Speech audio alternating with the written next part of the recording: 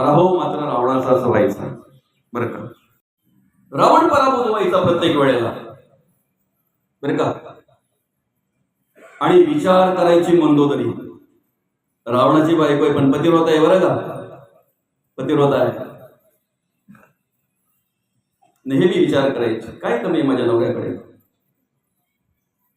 आणि रावणाला सगळ्यात जास्त जर कोणी समजवण्याचा प्रयत्न केला असेल तर मंडोदरी. बाबा खरं गोड आहे. कारण माझी माय माऊली म्हटल्यानंतर आदिशक्ती आहे, देवीचं रूप आहे. अनेक रूपाने ती आमच्या घरामध्ये कार्य करत असते. अन्नपूर्णेच्या रूपामध्ये सर्वांना जेवण बनवायचं, सर्वांचं पोट कसं भरेल याचा विचार करत असते. मुलांना शिकवण्याच्या दृष्टीने सरस्वतीच्या रूपामध्ये कार्य करत असते. लक्ष्मीच्या रूपाने मापट ओलांडून घरामध्ये प्रवेश करत असते बरं का. घरातला सगळ्यात प्रथमोपचार करणारा पहिला डॉक्टर जर कोणी असेल तर आपली आई. काय ताप आला ना पोराला का पहिले ते एरंडेच झाड बघणार. बाबा खरं आहे की कुठं आहे का आता तुमच्या पळशींमध्ये एरंड आहेत का. एरंडे त्याचा तो पाला यायचा पान नाही आणि तो डोक्यावर असा ठेवायचा.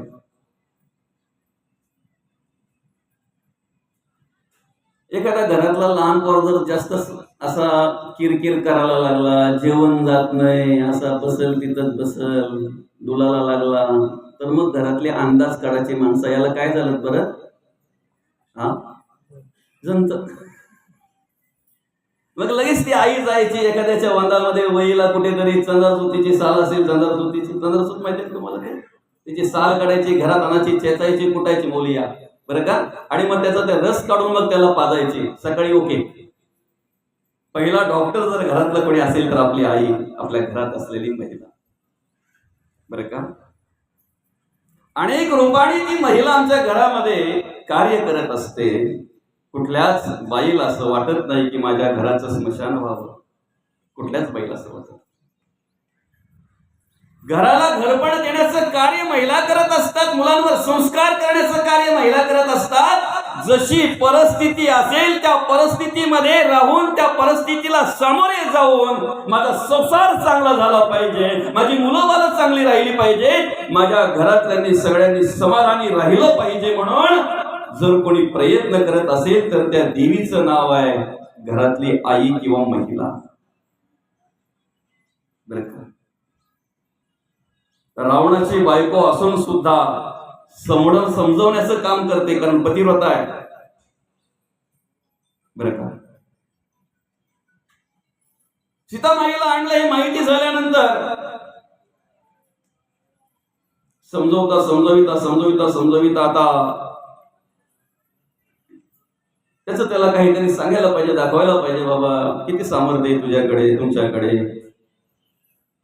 म्हणून मग ते मंडोदरी माता त्या ठिकाणी विचारतायत, सांगतायत रावणाला, अहो तुमच्याकडे एवढं सामर्थ्य आहे की तुम्ही कधीही कोणत्याही वेळेला कोणाच्याही रूपामध्ये कुठेही जाऊ शकता. साधनेचं सामर्थ्य असतं तेवढं, तपश्चर्येचं सामर्थ्य असतं तेवढं. कधीही केव्हाही कोणाच्याही रूपामध्ये तुम्ही कुठेही जाऊ शकता, एवढंच सामर्थ्य तुमच्यामध्ये आहे. हो म्हणे, त्यात काही शंका आहे का? शंका आहे त्या.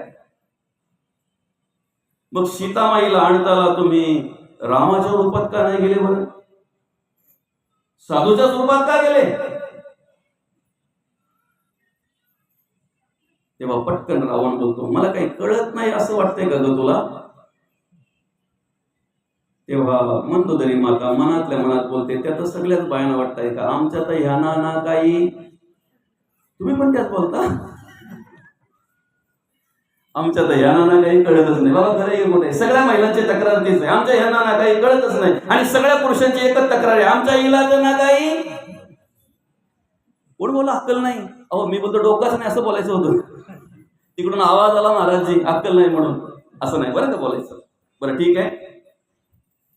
पण प्रत्येक महिलेला असं वाटतंय की आमच्या यांना तर ना काही कळतच नाही, आणि प्रत्येक पुरुषाला असं वाटतंय आमच्या हिला तर ना काही डोकंच नाही. पण तरी सुद्धा शेवटच्या श्वासापर्यंत एकमेकाला आधार देऊन जगतात ना, याला भारताची संस्कृती म्हणतात, याला हिंदुस्थानची संस्कृती म्हणतात. एकमेकाला आधार देतात, जरी कळत नसेल तरी काय असो. आणि मग रावण म्हणतो मला काही कळत नाही असं तुला वाटतंय का? म्हणजे काय झालं? अगं मी रामाच्याच वेशात जायचा विचार केला होता, पण वेश धारण करण्याच्या आधी नुसता विचार माझ्या मनात आला ना की रामाच्या वेशामध्ये जावं, सगळ्या महिला मला आई आणि बहिणीच दिसायला लागल्या, म्हणून मी साधूच्या वेशात गेलो. काय? आणि मग पुढे जेव्हा जेव्हा युद्ध व्हायची वेळ येते तेव्हा तेव्हा पराभूत रावण होतो. मंदोदरी माता डोक्याला हात लावायच्या. पराभूत होतो म्हणून नाही, विचार करायचा माझ्या नवऱ्याकडे काय कमी आहे. दशानन आहे, दशग्रंथी ब्राह्मण आहे, लंका सोन्याची आहे, महाबली आहे स्वतः. महाबलेश्वर नाव जे पडलंय ना गोकर्ण नक्षत्राला, ते रावणाच्या बळावरून पडलेलं आहे. महाबली आणि महाबलाढ्य राक्षस पाठीशी आहेत. ज्यांच्याशी लढतात ऐकून आहे की ते तर वनवासी आहेत, पर्णकुटीमध्ये राहत आहेत, कंदमुळे खाऊन दिवस काढतायत, आणि मोजकी वानर सेना मागे आहे, तरी सुद्धा विजयी होतात. काय विशेष आहे?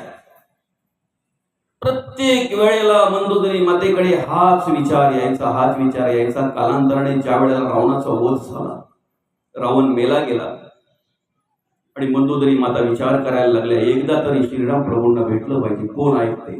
वनवासी आहेत, कंदमुळे खाऊन दिवस काढतायत, वानर सेना छोटी अगदी कमी सेना मागे आहे, तरी सुद्धा विजयी झाले. का? नेमकं कारण काय? कारण काय नाही. आणि एकदा विचार केला, निघाल्या श्रीराम प्रभूंच्या दर्शनाला, श्रीराम प्रभूंना भेटायला निघाल्या.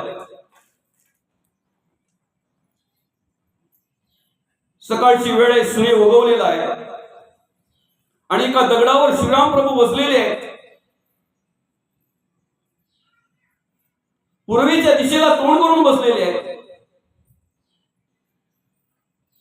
पश्चिमेच्या दिशेला तोंड करून बसलेले आहेत. पूर्वेच्या दिशेला सूर्य उगवलेला आहे, आणि पश्चिमेकडे तोंड करून बसलेले असताना पूर्वेकडून मंदोदरी माता आल्या.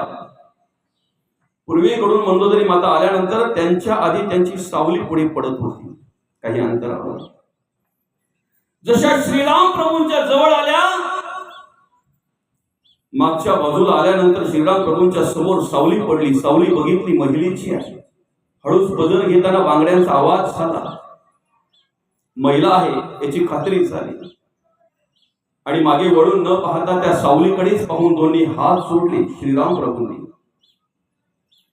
आणि त्याच दोन्ही हात जोडलेल्या अवस्थेमध्ये मागे वळून बघितलं तर मंदोदरी माता विचारलं, माई केव्हा आलात तुम्ही? का आलात? कशासाठी येणं झालं तुमचं? कशासाठी येणं झालं? का आलात तुम्ही? मंदोदरी मातेच्या मुखातून शब्द निघाले. प्रश्न होता, उत्तर मिळाला. बऱ्याच दिवसापासून मला एक प्रश्न भेडसावत होता, माझ्या मनामध्ये येत होता. उत्तर मिळालं, मिळालं उत्तर. सर्वज्ञ असलेल्या श्रीराम प्रभूंनी जाणलं कुठला प्रश्न आणि कुठलं उत्तर, पण त्याच मातेच्या मुखातून ऐकायचं होतं म्हणून विचारलं, कुठला प्रश्न, कुठलं उत्तर? मी तर काही बोललोही नाही, तुम्ही मला काही विचारलंही नाही, मी काही उत्तर दिलं नाही. मग तुमचा प्रश्न कुठला आणि माझं उत्तर कुठलं? कसलं उत्तर मिळालं तुम्हाला? तेव्हा मंदोदरी माता बोलतायत, दशानन होता माझा नवरा. दश आनन, 10 डोकी, 10 तोंड. म्हणून कबीर महाराजही म्हणतात, परनारी पैरी छुरी न लाव उसे अंग, रावण के दश सिर गए परनारी के संग. असो, दशानन होता माझा नवरा, दशग्रंथी ब्राह्मण होता माझा नवरा, भक्ती श्रेष्ठ होती. महादेवाने आत्मलिंग काढून द्यावं एवढी श्रेष्ठ भक्ती होती.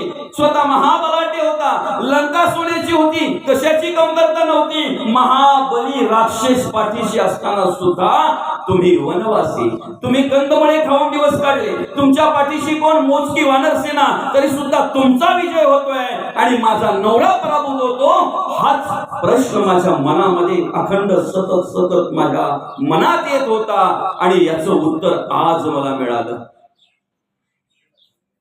श्रीराम प्रभू म्हणतात, मी तर काही बोललो पण नाही तुम्हाला, त्या प्रश्नाचं उत्तर मी तर दिलं पण नाही, मग उत्तर मिळालं कसं? तेव्हा त्या म्हणताय, मिळालं ना उत्तर, मला मिळालं ना. ज्या वेळेला मी या ठिकाणी आलो त्यावेळेला माझ्याकडे न पाहता माझी सावली पहिली तुम्ही बघितली आणि सावली महिलेची आहे एवढी जाणीव झाल्यानंतर महिलेच्या नुसत्या सावलीकडे पाहून दोन्ही हात जोडून आणि नमस्कार करणारे श्रीराम प्रभू कुठे आणि एकट्या महिलेला पाहून त्या महिलेला पळवून नेणारा रावण कुठे? का झाला रावणाचा पराभव आणि का झाला प्रभूंचा विजय? याला कारण म्हणजे दोघांची कर्म दोघांची. आपला विषय काय आहे? तुम्ही ज्या ठिकाणी जन्माला आलेले आहेत ना, जे घरात तुम्ही आहेत ना, त्या घरामध्ये तुमच्या वाट्याला आलेली कर्म प्रामाणिकपणे करा. तोच धर्म आहे, तोच परमार्थ आहे आणि तीच भक्ती आहे. कर्मात प्रामाणिकपणा हवा आहे, कारण कर्मावर आपला मरणोत्तरचा प्रवास अवलंबून आहे. जो धर्म करतोय ना आपण, त्या धर्मावर आपला मरणोत्तरचा प्रवास अवलंबून आहे. तुम्ही किती ज्ञानी आहात, तुमचा किती अभ्यास आहे, तुमचं किती पाठांतर आहे, यापेक्षा त्याच्याबरोबर तुमची कर्म कशी आहे याला खूप महत्व आहे.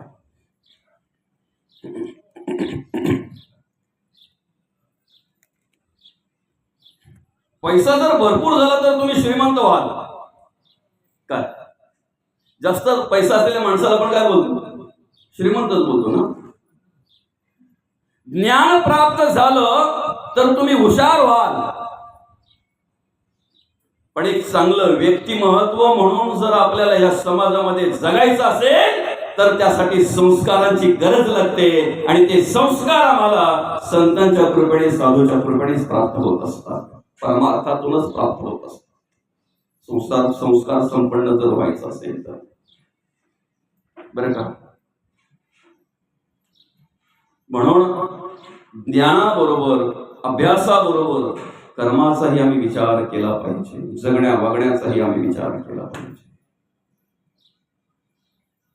एक राजाला साधूंची खूप आवड होती आणि त्या राजमहालामध्ये एक नित्यनेमाने साधूंना तो आमंत्रित करायचा. त्या साधूंचं मार्गदर्शन त्याला खूप आवडायचं. साधूंचं बोलणं, साधूंचं मार्गदर्शन खूप आवडायचं त्याला, त्या राजाला. आणि मग एकदा त्या साधूंचं आगमन त्या ठिकाणी दरबारामध्ये झालं का राजा स्वतः राज आसनावरून उठायचा, खाली उतरायचा, जवळ जायचा, साधूंचं दर्शन घ्यायचा, नमस्कार करायचा आणि मग त्यांच्या हाताला धरून त्यांना निवड आसनस्थ करायचं. राजा त्यांच्या आसनावर त्यांना आसनस्थ केलं की मग ते उपदेश करणार, ते मार्गदर्शन करणार आणि मग राजा श्रवण करणार, ऐकणार. छान वाटायचं त्याला, छान वाटायचं. अनेक दिवस निघून गेल्यानंतर राजाने साधूंना हात जोडून विनंती केली, महाराज अनेक दिवस मी तुमचं मार्गदर्शन ऐकतोय, तुमचा अभ्यास, तुमचं पाठांतर, तुमचं ज्ञान, तुमचं बोलणं खूप आवडतंय.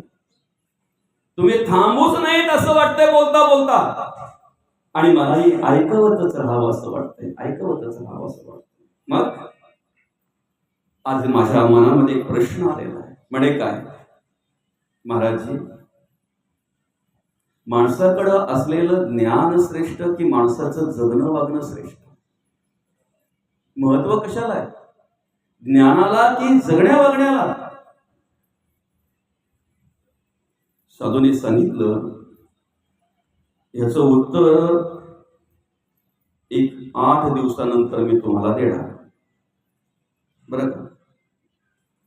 काही प्रश्न असे असतात की त्यांची उत्तरं लगेच बोलण्यातून देण्यापेक्षा क्रियेतून दिलेली चांगली असतात, कर्मातून दिलेली चांगली असतात. बोलण्यातून जर एखाद्या वेळी तुम्ही जर त्याला उत्तर द्यायला गेलेत ना तर तेवढं समोरच्याला पटेलच असं नाही. बरं का. समोरच्याला ते कळेलच असं नाही. पण कर्मातून जर उत्तर दिलं, तुमच्या आचरणातून जर उत्तर दिलं तर निश्चित त्याला ते पटलं जातंय, अनुभवायला येतंय बरं का. तर मग आता त्यांना सांगितलं त्या राजांना की राजेसाहेब 7 दिवस मी इथे आपल्या दरबारात येणार नाही, आपली भेट इथे होणार नाही. झालीच भेट तर कुठेतरी अशी बोलता चालता कुठे तुम्ही मला पाहिलं मी तुम्हाला पाहिलं तर असं बाहेरच, अन्यथा इकडे येणार नाही. मी डायरेक्ट 8व्या दिवशी येणार आणि ह्या प्रश्नाचं उत्तर तुम्हाला देणार. पहिल्या दिवशी राजा ज्या वेळेला राजमहालातून बाहेर पडला त्यावेळेला त्याला साधूचं दर्शन झालं. साधू लांबच दिसला. साधूने राजा पाहतो एवढं बघितल्याबरोबर आपल्या उजव्या खिशामध्ये हात घातला, तंबाखू काढली, डाव्या खिशामध्ये हात घातला. तंबाखूला काय लागतो बरं दुसरा, त्या सफेद सफेद काय म्हणतात त्याला, सगळ्यांना माहिती पण मला माहिती, तुम्ही इथं बोलणार नाही. चुना, चुना काढला नाही का. कुठल्या हातावर घेतात बरं, डाव्या का उजव्या? बरं, त्याने डाव्या हातावर घेतली ती तंबाखू आणि तो चुना लावला आणि असं मळायची ऍक्शन केली त्या साधूने. बरं, अशी मळायची ऍक्शन केली म्हणजे पाहतोय तो राजा पाहतोय. आणि थोडे राजाची नजर बाजूला गेल्यानंतर ते काय करायचं त्याने ते केलं. दुसऱ्या दिवशी त्याने काय केलं माहितीये का, राजा पाहतो हे बघितल्याबरोबर लगेच उजव्या खिशामध्ये हात घातला, विडी काढली, दुसऱ्या खिशामध्ये डाव्या खिशामध्ये हात घातला. आता विडी पेटवायला काय लागते बरं, लायटर नाही, माचीस काढली. मग लगेच त्याने ती विडी पेटवतोय असं दाखवलं राजाला. राजा विचारात पडला, अरे साधू आपल्या आश्रमात यायचा तेव्हाच आपण बघतो, बाहेर कधी बघितलंच नाही, बाहेर तर या वेगळाच आहे काम. बरं का. म्हणून महाराजांना फक्त कार्यक्रमातच बघू नका, आमच्यासारख्या महाराजांना इतर वेळेला पण त्यांचं जगणं वागणं बघा जरा, काय आहे ते, कसं आहे ते. बरं का. तिसऱ्या दिवशी तर उजव्या खिशातून त्यांनी सिगरेट काढला, दुसऱ्या खिशातून लायटर काढलं. सिगरेट म्हणजे लायटर ना, तो कशी माचीस वापरायची. आता पुढे राहिलेल्या 4 दिवसांमध्ये तुम्हाला काही लावायचं ते लावा, व्यसन काय असेल ते, मला तर याच्या पुढे काही माहिती नाही अजून काय असेल ते. पण 7 दिवस त्या साधूने असं दाखवून दिलं राजाला. मला सांगा, राजाने ज्या वेळेला हे दृश्य बघितलं त्यावेळेला त्याच्या डोक्यामध्ये काय काय शिजत असेल, काय काय येत असेल त्याच्या विचारामध्ये.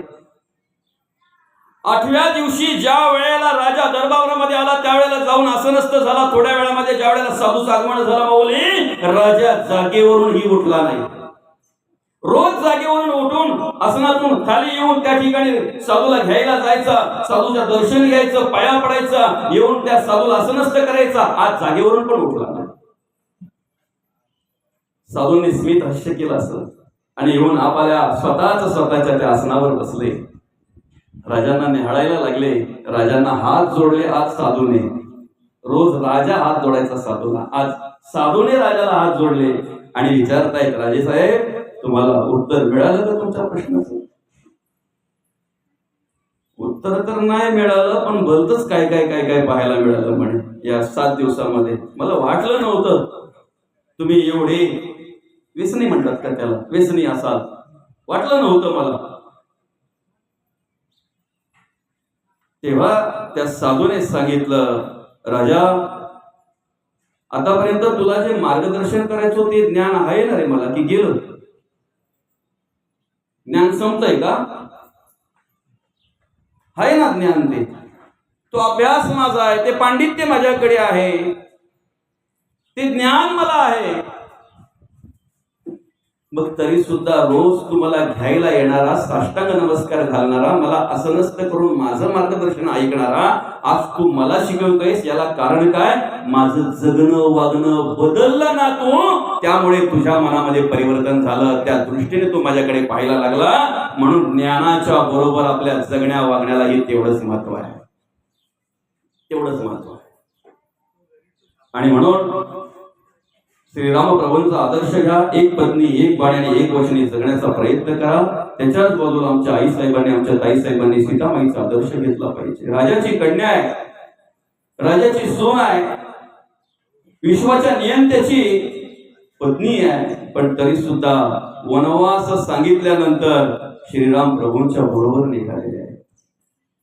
पर्णकुटीत राहावं लागेल चालेल, कंदमुळे खाऊन दिवस काढावे लागतील चालेल, उशाला उशी नसेल ग, दगड घ्यावा लागेल, एखादा चालेल, अनवाणी चालावं लागेल, काटे कुट्यातून दगडी टोचतील पायाला, काटे टोचतील पायाला, चालेल का?